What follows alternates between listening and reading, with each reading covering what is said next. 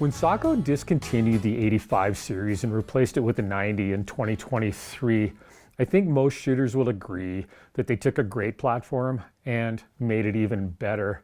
And there were replacement models for most of the 85 models, but there was one glaring absence, and that was the Finnlight. Well, the great news is the Finnlight is back, and it's got a number of improvements as well. Let's get it in the vise and take a little closer look.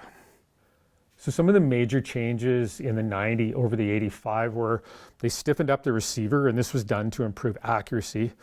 Added the Picatinny rail on top, and this allows you to use scope mounts from a variety of manufacturers. Push feed action with the double plunger ejector. So even with scopes with the biggest tubes on the lowest mounts up here, you're still going to get great ejection. The trigger saw quite a bit of work too. The trigger blade itself was widened quite a bit, and when you put your finger on it, it kind of gives you the ultimate in control.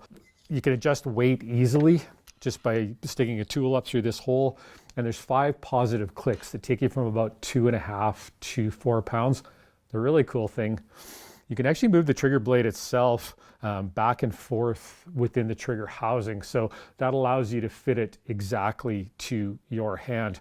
Some of the changes on the Finnlight, you'll notice the stock is completely different. It's much more rigid. Again, this was done to increase accuracy. It's got a textured finish on it, and then they've got these faux leather pads in here. And the finish is impervious to most chemicals. The really cool thing back here is they've got the adjustable cheek piece, and it's a one-handed operation. It's actually spring-loaded, so we've only seen this on a lot of the more expensive rifles, but now we can do it too. So this allows you to adjust the cheek piece while the rifle is up on your shoulder. And another thing that's really cool and unique to the Finnlight are these flush-mounted quick-release sling swivel mounts. Got the threaded muzzle cap on the end, so you can put a muzzle brake on it, fluted barrel, and of course it's got the same great steel magazine with that positive engagement, so it's never ever going to fall out while you're walking with it.